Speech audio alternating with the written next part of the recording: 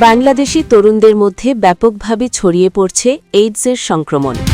স্বাস্থ্য অধিদপ্তরের জাতীয় এইডস ও এসটিডি নিয়ন্ত্রণ কর্মসূচির তথ্য অনুযায়ী 2024 সালের ডিসেম্বর থেকে 2025 সালের নভেম্বর পর্যন্ত এক বছরে বাংলাদেশে 1891 জন এইডস রোগের ভাইরাস এইচআইভিতে সংক্রমিত হয়েছেন। একই সময়ে দেশে এইডসে মারা গেছেন 219 জন।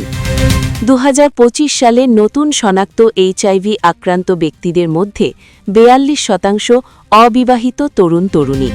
আগের বছর 2024 সালে এই হার ছিল 31.5%, অর্থাৎ মাত্র এক বছরের ব্যবধানে তরুণ বয়সীদের মধ্যে সংক্রমণের হার উল্লেখযোগ্য হারে বেড়েছে।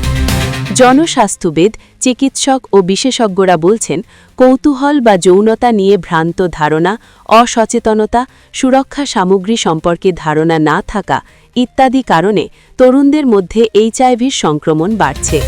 মারাত্মক এ ব্যাধি সম্পর্কে সচেতনতামূলক ব্যাপক কর্মসূচি গ্রহণ, শিক্ষায় যৌন শিক্ষার প্রসার এবং সার্বিকভাবে সচেতনতা বাড়ানোয় এই প্রবণতা কমাতে পারে বলে ধারণা করেন তারা।